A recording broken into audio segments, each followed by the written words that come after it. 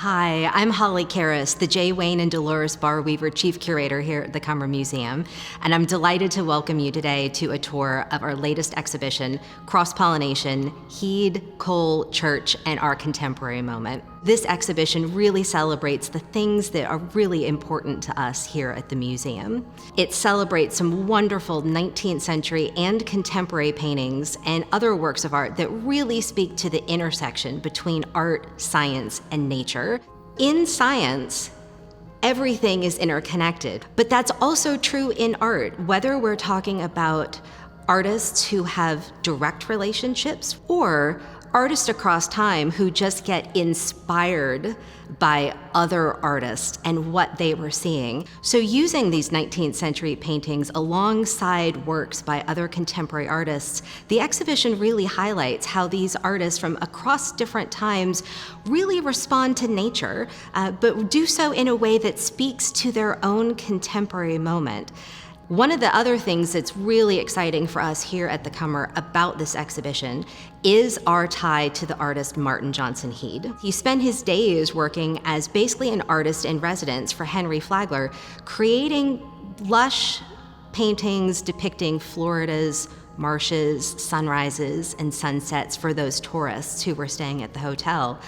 But by night, like so many of his other contemporary artists, he was very concerned about the impact on the environment of developers and tourists. So he was writing anonymous columns in newspapers and national magazines, basically blasting the tourists and the developers for destroying Florida's natural resources.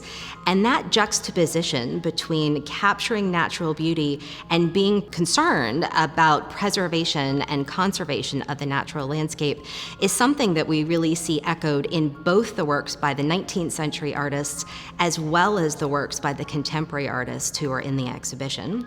Obviously, with Martin Johnson Heade, Thomas Cole, and Frederick Church in the title of the exhibition, you get a sense that these three artists really are the backbone of the exhibition. Not only were they contemporaries, they were also friends, they were mentors of one another, and they had a fantastic relationship, both artistically and personally. In thinking about the three artists, there are similarities, but there are also differences between their works. All of the artists like to travel. They like to record the beauty and the majesty in the American landscape, but they also went abroad, specifically to South America. There are works in this exhibition that focus on those South American travels. But one of the things that really sets the artists apart from each other is that Thomas Cole and Frederick Church, when they were looking at landscapes, they were looking at macro landscapes. So they're looking at big vistas, sweeping scenes, kind of the majesty of the detail. Martin Johnson Heade was a little bit different. Martin Johnson Heade really focused on close looking and close observation. You can see that particularly in his series, The Gems of Brazil, which is really one of the showstoppers in the exhibition. Inspired by other 19th century artists who were capturing different flora and fauna, Martin Johnson Heade went to South America to capture the orchids and the hummingbirds of that continent with the goal of creating a book not unlike John James Audubon, Birds of America or something like that. Now that book didn't come to fruition, but part of the exhibition are a series of canvases that Heade was optimistic would become part of that book. And what you can tell from this series is exactly how closely he was looking at nature to make these scenes. So unlike his friends, Thomas Cole and Frederick Church, who again were creating these vast panoramic landscapes, here we see hummingbirds and orchids super close to the viewing plane. And if you've ever seen a hummingbird in real life, imagine how much close looking you have to do to really get to see that hummingbird in detail. That's a lot of observation, and that attention to detail and that attention to close looking is really one of the things that sets Martin Johnson Heade apart from the other artists. One of the other things that I'm really excited about in this exhibition is the inclusion of Thomas Cole's and Frederick Church's daughters' works. Now, while their fathers were particularly interested in, again, those big landscapes, their daughters, because of just society at the time, really needed to stay closer to home. And so through this wonderful set of painted porcelain that we have on display in the galleries, you can see how those two women were doing what Heade was doing, but just in a different format, and really capturing that immaculate attention to detail on paper, on porcelain, or other means. So while there are lots of similarities between the works of Martin Johnson Heade, Thomas Cole, and Frederick Church, there are also some big differences. While Cole and Church really focused a lot of their paintings on these big, sweeping panoramas, Martin Johnson Heade focused on these quieter moments and that close observation. And that's really apparent in one of my favorite paintings in the exhibition, Haystacks. Now, in its own time, that would have been pretty radical for a landscape painter to have created a scene that was fairly mundane. But for Martin Johnson Heade, haystacks and marshes just became this rich vantage point of the world. If you think about the way the quality of the light changes over those bodies of water and over that marshland, captured in his paintings and on canvas, they really become moments of importance. In thinking about the more contemporary artists who are reflected in the exhibition, they're looking exactly at the same things that Martin Johnson Heade, Thomas Cole, and Frederick Church were considering in their own time. And they're really questioning society's impact and concern about these really important natural resources. Vic Muniz's work in the exhibition is really a whole exercise in close looking. From a distance, it looks pretty similar to one of Martin Johnson Heade's orchids, but as you get up close to it, what you realize is that it's actually a collage of little photographic elements that he has spliced together to create a scene that is basically an appropriation of one of Martin Johnson Heade's works.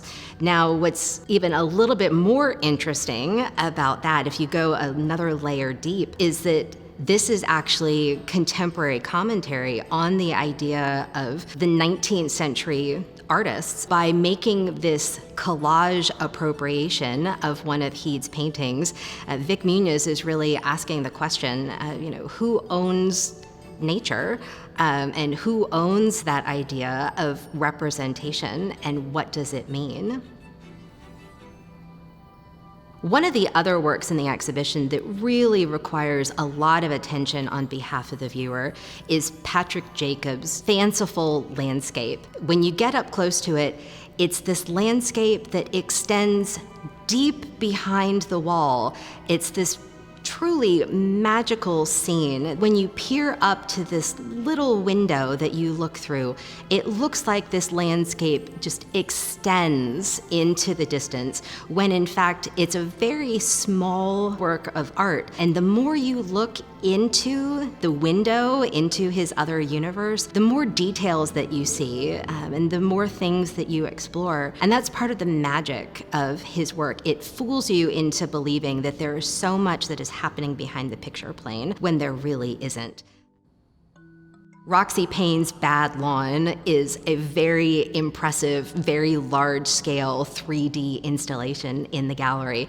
And like the name implies, the Bad Lawn is basically overtaken with weeds and things that most, particularly Americans, don't want in their yards. We think of most suburban yards as being lush grass. And so in Bad Lawn, that's Roxy Payne's commentary on contemporary society, because Mother Nature has taken over and has gone back to her natural state. The exhibition also features a series of 4 photographs from an artist named Rachel Sussman. And unlike many artists who tend to focus on things that have gone extinct or are about to go extinct. Rachel Sussman has actually traveled the world to look at the oldest living things that she can find, and as part of that, she's created a series called The Oldest Living Things in the World. That's commentary in and of itself of thinking about how these things have managed to survive for that time, and also questioning how they'll be able to survive into the future. And that kind of close looking and attention to detail is, again, something that we hope that you carry with you as you are seeing other works in the exhibition that really draw your attention to the fine details that you can see when you really stop and look.